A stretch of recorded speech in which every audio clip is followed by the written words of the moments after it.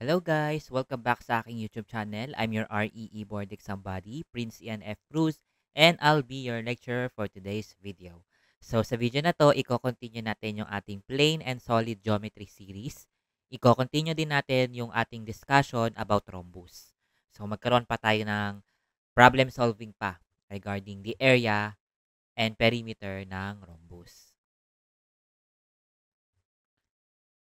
So next problem, each side of a rhombus measures 32 centimeters. The product, sige, drawing muna natin yung figure. So, ayan siya, 32. Ayan. The product of its diagonals, so D1 times D2, is equal to 1924. Find its shorter diagonal.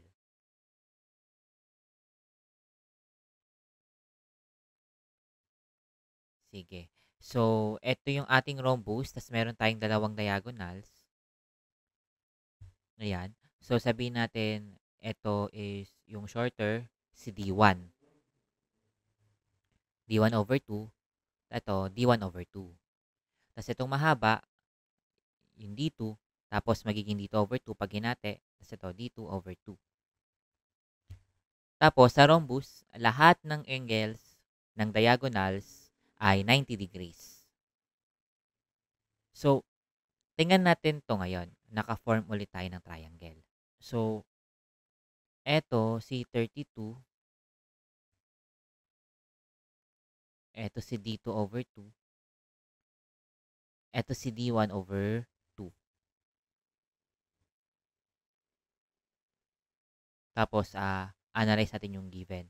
So, may binigay sa atin na equation na kung saan D2, D1 times D2 is equal to 1924. Ngayon, tingnan natin yung problem. Generally, ilan yung kulang sa atin? Kulang tayo ng dalawang parameters. The length of D1 at saka yung length ng D2.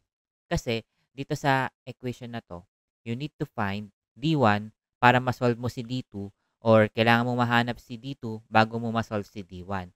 So, hindi natin masasolve yung problem kung hindi natin malalaman yung both, di ba? So, basically, kailangan natin mahanap yung isa sa dalawa na yan or both para masolve natin yung problem. So, meron tayong two unknowns. So, ito, ulitin ko lang, meron tayong rule sa algebra na meron tayong two unknowns. Pag meron tayong two unknowns, kailangan mong maka-form ng at least two equations. So, meron na tayong equation na isa. Basta sa equation na to, kailangan involved yung dalawang unknowns. Wala nang ibang kasama. So, dito, involve si D1 and D2. So, pwede nating sabihin na this is our first equation. So, kailangan natin ng isa pa para masolve na natin yung problem. Dito na yun manggagaling sa na-form natin na triangle. So, di ba this is right triangle kasi ang diagonals ng rhombus ay perpendicular to each other. So, i-drawing natin siya ng pag ganito. And meron tayong law, the Pythagorean theorem. Recall lang natin sa nakaraang video na the length of the hypotenuse squared is equal to the sum of the two remaining sides na naka-square. So, dito sino si hypotenuse? Si 32 kasi siya yung katapat ng 90 or yung longest side ng triangle. So, 32 squared is equal to the sum of the squares of the two remaining sides.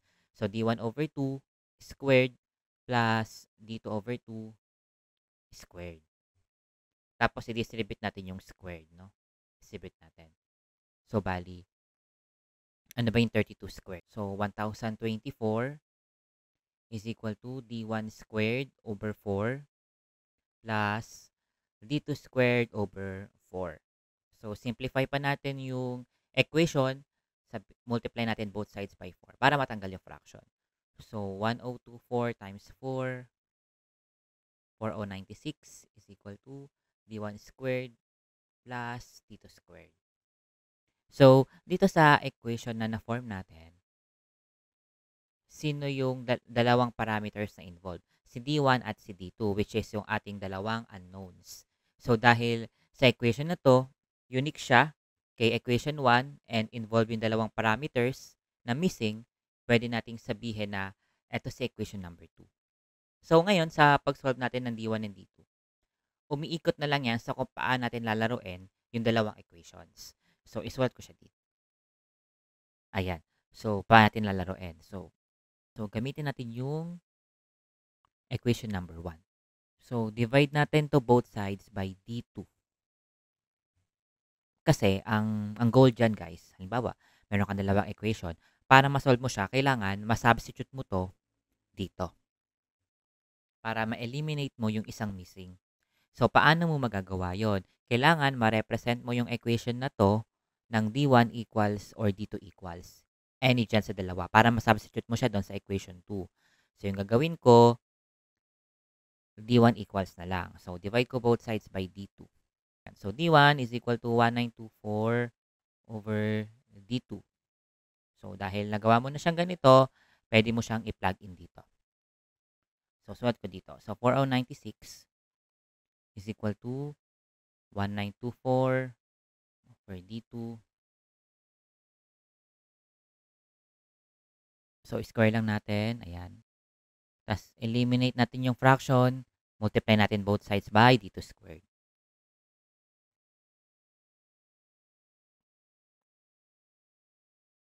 So, ano to guys, quadratic equation to. Kasi, merong naka-square, tas may isang hindi naka-square, tas may constant. So, ang gawin natin, palitan na lang natin to para hindi nakakalito. Palitan natin siya ng x.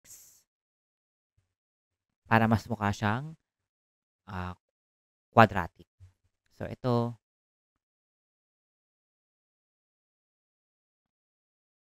yan. Tas ito, magiging, ito lang yung x, tas may square sa labas. So, x squared. Tas simplify natin, lipat natin ito dito.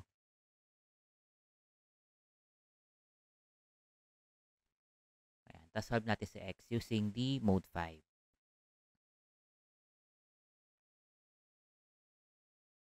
Ayan. So, dapat masunod natin yung format, guys. So, ayan. Dalawa yung ating x, di ba?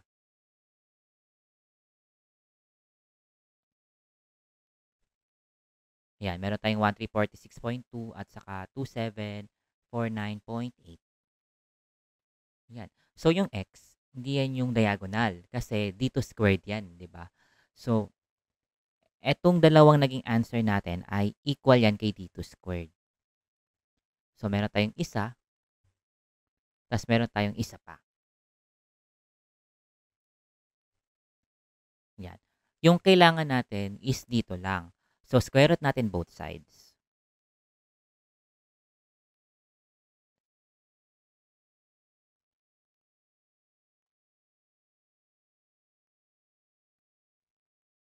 So, square root natin yung 1342.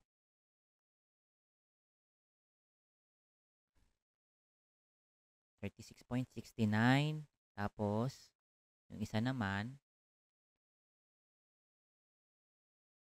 actually, kaya talaga dalawa guys na naging sagot. Kasi,